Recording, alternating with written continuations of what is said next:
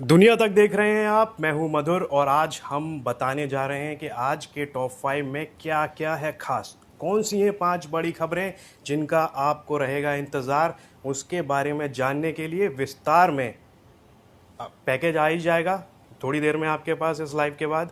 लेकिन हम यहाँ पर आपको बताएंगे कि क्या क्या खास है आज के टॉप 5 में। सबसे पहली खबर है कि जो यूएनजीए में इमरान खान का भाषण शुरू होते ही भारत के प्रतिनिधि वहाँ से उठकर चले गए। तो जो उठकर चले गए उनके बारे में हम बताते हैं आपको। उन्होंने राइट टू रिप्लाई में इमरान खान और पाकिस्तान दोनों को धो डाला है। हम बात कर रहे हैं मिजीतो, बड़े ही यंग डिप्लोमेट हैं, भारतीय टीम में सबसे यंग हैं। उन्होंने जो तगड़ा जवाब दिया है पाकिस्तान को और इमरान को। उन्होंने कहा कि इमरान झूठ बोलते हैं, युद्ध की बातें करते हैं, युद्ध जैसी खतरनाक चीज़ों को बढ़ावा देते हैं इस तरह की बातें बोलकर। तो टॉप 5 में आप सबसे पहली खबर जो देखेंगे वो इसी के ऊपर है कि जो राइट टू रिप्लाई है भारत का, पाकिस्तान को जो रिप्लाई दिया है, धो डाला है भारतीय डिप्लोमेट ने पाकिस्तान को। दूसरी खबर है उसके बारे में बताएंगी, हमारे साथ मौजूद है यहाँ पर वर्तिका। दूसरी जो हमारी टॉप 5 की बड़ी खबर रहेगी वो रहेगी कि कैसे अभी 11 बज गए हैं और 11 बजे भारत और श्रीलंका के बीच में बड़ी वार्ता शुरू होनी है। वहाँ के पीएम राजपक्षा और भारत के प्रधानमंत्री नरेंद्र मोदी के बीच में, और ये जो बातचीत होनी है इसमें मुद्दा उठाया जाएगा श्रीलंका और भारत के बीच मछुआरों को लेके जो विवाद रहता है और किस तरीके से ये विवाद हल कर सकते हैं श्रीलंका और भारत साथ में बैठकर, कि कैसे भारत के मछुआरे कई बार श्रीलंका की नौसेना द्वारा पकड़ लिए जाते हैं और कई बार ऐसी खबर आती है कि श्रीलंका की तरफ से कुछ मछुआरे नावों के जरिए भारतीय सीमा में आ जाते हैं। कई मछुआरे जो हमारे दक्षिणी राज्यों के श्रीलंका की जेलों में भी कैद हैं, उनका मुद्दा भारत की तरफ से उठाएंगे प्रधानमंत्री नरेंद्र मोदी। ये हमारी टॉप 5 की दूसरी खबर रहेगी। बिल्कुल, और जैसे आपने बताया कि श्रीलंका और भारत के बीच थोड़ी ही देर में जल्द ही एक मुलाकात होने वाली है प्रधान दोनों। जी, दो अभी फिलहाल चल रही होगी, 11 बज चुके हैं और ये मुलाकात शुरू हो चुकी है और कल हम इस बारे में आपको एक विस्तार से रिपोर्ट भी दिखाएंगे। तीसरी सबसे बड़ी खबर है ब्रिटेन और चाइना के बारे में।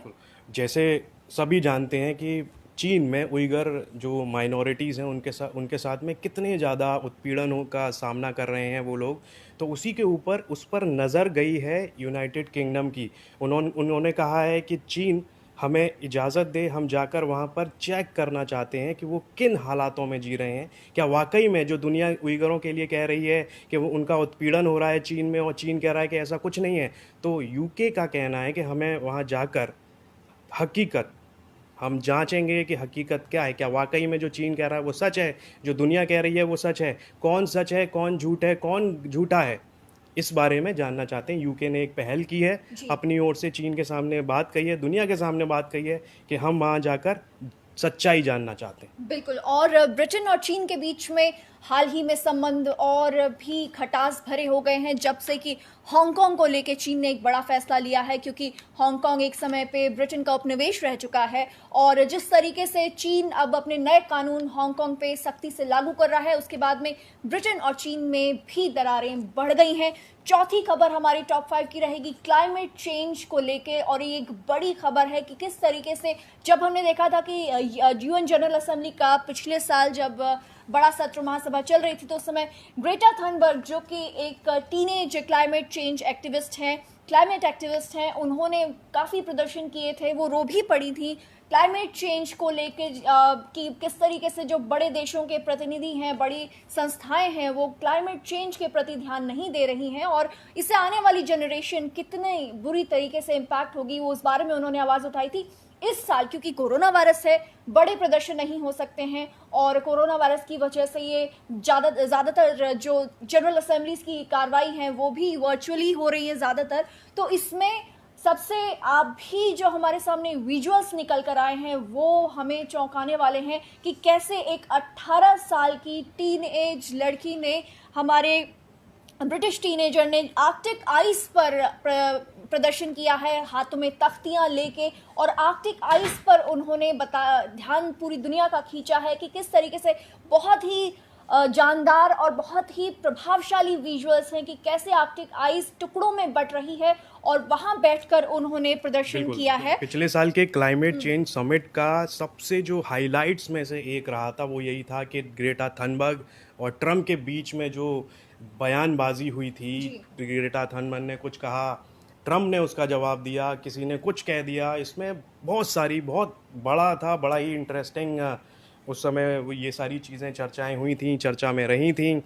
और उसके बाद 5वें नंबर पर है कोरोना, जो दुनिया में इस समय केसेस लगातार बढ़ते जा रहे हैं। वैक्सीन का हम लगातार इंतज़ार कर रहे हैं, कब आएगी वैक्सीन।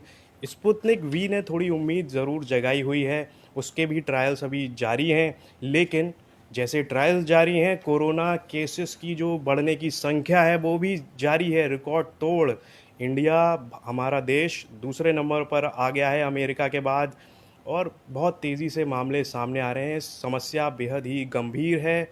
सरकारों को यहाँ पर जल्द ही कुछ ना कुछ कदम लेने होंगे, पहले से भी लिए हुए हैं, हर एक देश कुछ ना कुछ कदम ले रहे हैं। लेकिन टॉप 5 में आप इस बारे में विस्तार से देखिएगा कि किस एग्जैक्ट अमाउंट में जो है, नंबर में जो केसेस हैं हमारे देश में या दुनिया भर में, वो कितने हैं। हम आपको टॉप 5 में पूरी जानकारी इस बारे में देंगे। बिल्कुल, और हमने यूथ स्ट्राइक फॉर क्लाइमेट की बात की यहाँ पे, और उसके बाद में टॉप 5 में कोरोना वायरस की एक और इंटरेस्टिंग सी रिपोर्ट आपके लिए हम लाएंगे आज, जहाँ बताएंगे कि किस भाषा के कितने प्रतिशत लोग संक्रमित हुए हैं, क्या इसके पीछे उनका सोशो इकोनॉमिक जो स्ट्रक्चर है या उनकी सोशो इकोनॉमिक कंडीशंस हैं, या कोरोना वायरस क्या किसी खास नस्ल के लोगों को ज़्यादा प्रभावित कर रहा है, इस बारे में भी हम आपको आज की रिपोर्ट में बताएंगे। और जब हमने बात की थी यूएन की महासभा की, तो इसमें नेपाल जो कि हमारा पड़ोसी देश है, वहाँ पे केपी ओली ने बिना किसी देश का नाम लिए कहा है, सीमा मुद्दे को उठाया और कहा है कि नेपाल अपनी संप्रभुता की रक्षा करेगा।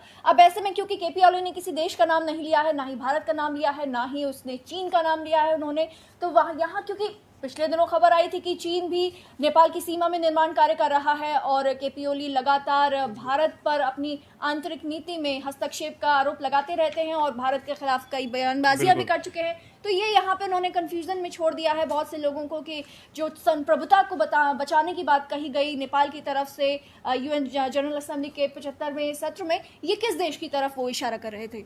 बिल्कुल, और यहाँ पर नेपाल और चीन के बीच में जो संबंध अच्छे चले आ रहे थे, दुनिया के सामने जो तस्वीर थी कि नेपाल और चीन बेहद करीब होते जा रहे हैं, नेपाल कहीं ना कहीं हिंदुस्तान से दूर होता जा रहा है, इसका खामियाजा भुगत रहा है नेपाल। भारत से दूर होकर कमज़ोर पड़ता जा रहा है नेपाल, क्योंकि चीन किसी का सगा नहीं है।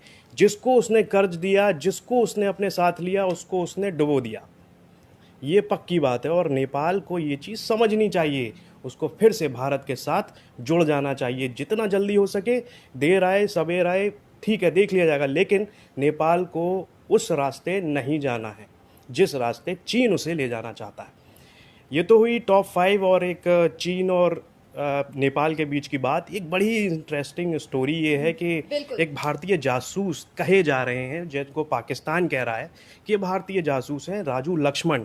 उनके बारे में पूरा विस्तार से अभी बताएंगे हमारी सहयोगी वर्तिका जी। राजू लक्ष्मण की ये जो स्टोरी है, ये हमारे सहयोगी आशुतोष की स्टोरी है, और क्योंकि ये इतनी सस्पेंस से भरी स्टोरी है और खुफिया सूचनाओं से भरी स्टोरी है, तो हम चाहेंगे कि हमारे पैकेज में ही आप इसके बारे में पूरी जानकारी देखें।